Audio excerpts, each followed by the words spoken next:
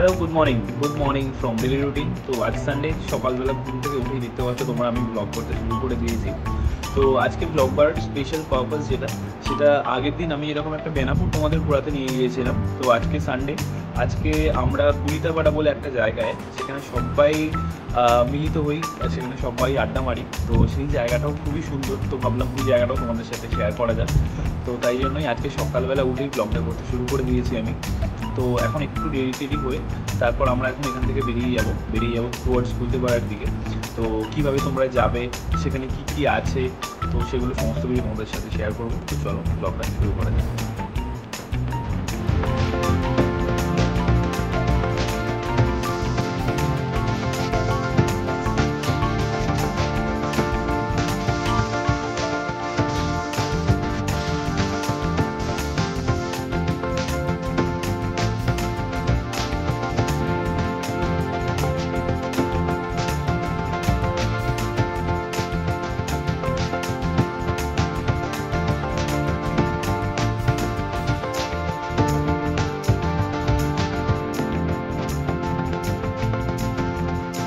হলো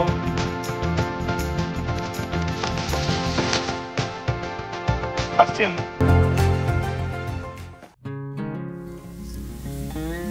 কুলিতাপাড়া আমার বাড়ির নিকটবর্তী গ্রাম। এই কুলিতাপাড়া NH6 থেকে মাত্র 6 কিলোমিটারের দূরত্ব এই গ্রামের। বাগনান থেকে আনুমানিক 3 কিমি দূরত্ব আন্টিলা, সেইখান থেকেই বাঁদিক,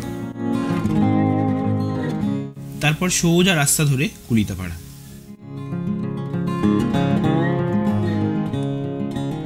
আজ রবিবার, সারা সপ্তাহ কাজের শেষে এই রবিবার আমরা সবাই যাই এই কুলিতাপাড়া আড্ডা মারতে। কেন, চলো তোমাদেরও ঘুরে দেখাই।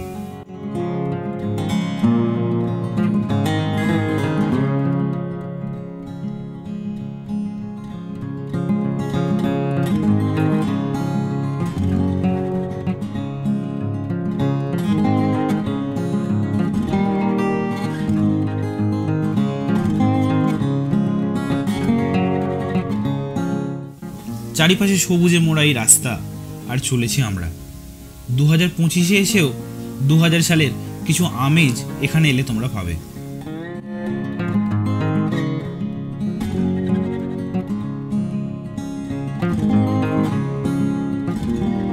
এই যে দোকানটা দেখছো, এইখান থেকেই দিনের শুরু আমাদের।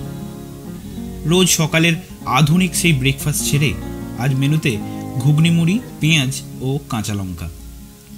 সানডে স্পেশাল আর কি।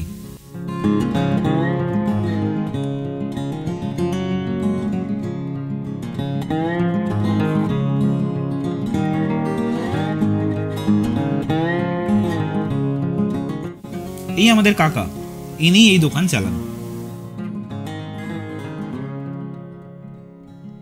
এই দোকান থেকে একটু এগিয়ে এলেই এই খেয়াঘাট।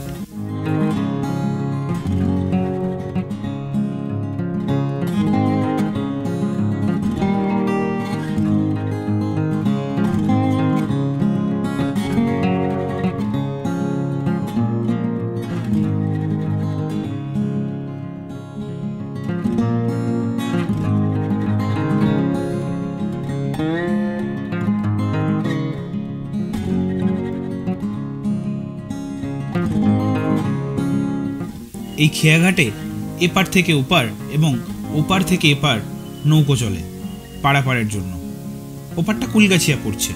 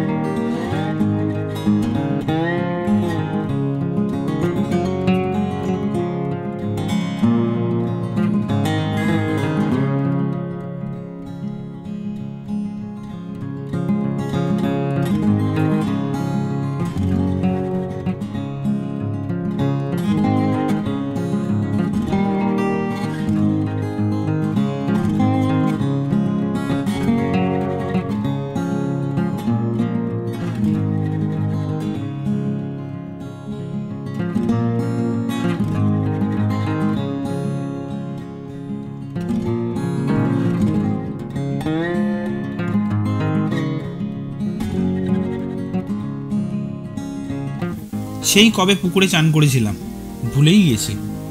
ওদের দেখে কি ভালোই না লাগছে।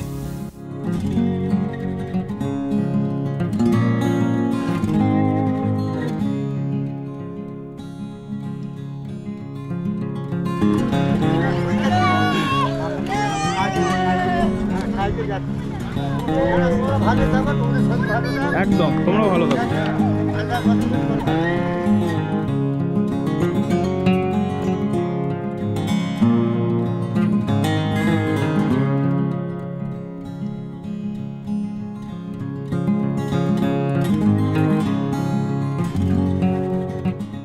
এই নৌকোগুলো মাছ ধরার জন্য।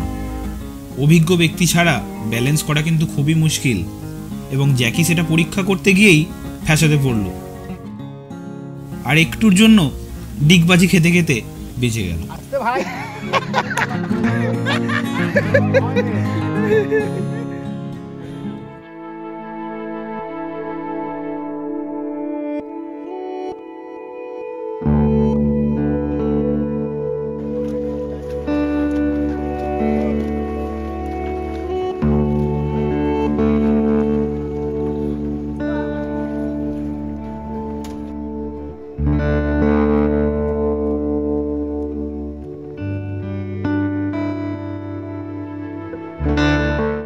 আচ্ছা, চলো তবে অন্য দিকগুলো একটু ঘুরিয়ে দেখাই।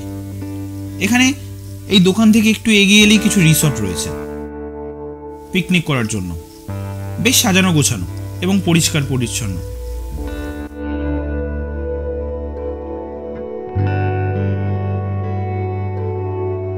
এই রাস্তা ধরে কিছুটা এগিয়ে এলেই দুপাশে ফুল আর সবজি চাষ হয়েছে। রাস্তার দুধারে সবুজ গাছ, আর একটু এগিয়ে এলেই সামনে বাজার বসে। এই বাজারটা একটু দুপুরের দিকে বসে, একদম ফ্রেশ এবং টাটকা সমস্ত সবজি, সব চাষের তো। খুব সস্তা, কিন্তু পরিমাণে অনেকটাই নিতে হবে, নয়তো দেবে না।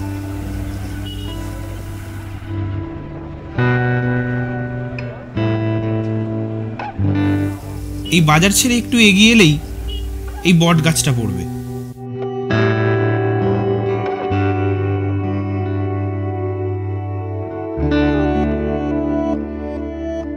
বহু বছর পুরনো এই গাছ, ঠান্ডা ছাওয়া এবং ঠান্ডা হাওয়া। যারা এই গরমে চাষ করছেন, দুপুরে একটু আশ্রয়ের জন্য আসেন এই গাছের ছাওয়ায়। আমরাও কখনো কখনো এখানে বসি, গল্প করি।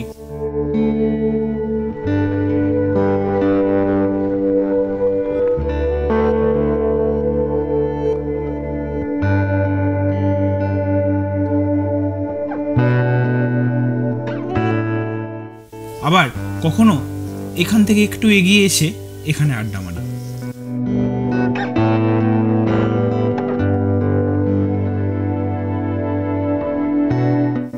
চারিদিকে জমি, এখানে ফুল এবং সবজি চাষ হয়েছে।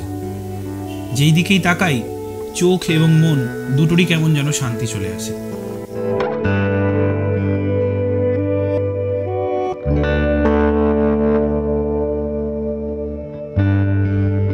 চলো আর একটা জিনিস দেখাই।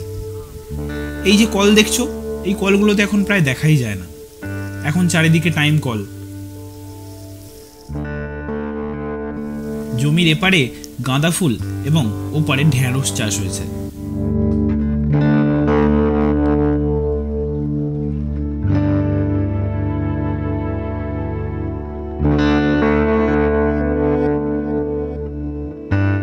এগুলো ঢেঁড়স ফুল।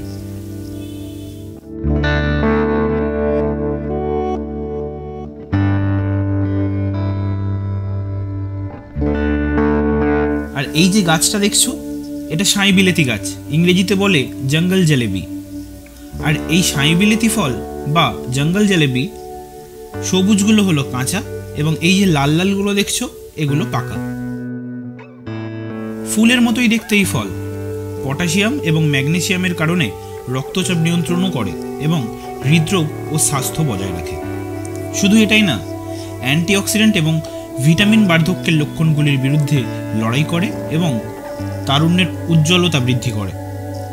এই খোসাটা থেকে ভেতরের ফলটা বের করে নিতে হবে, এই বীজটা ফেলে দিও এবং এই সাদা অংশটা খেতে হবে।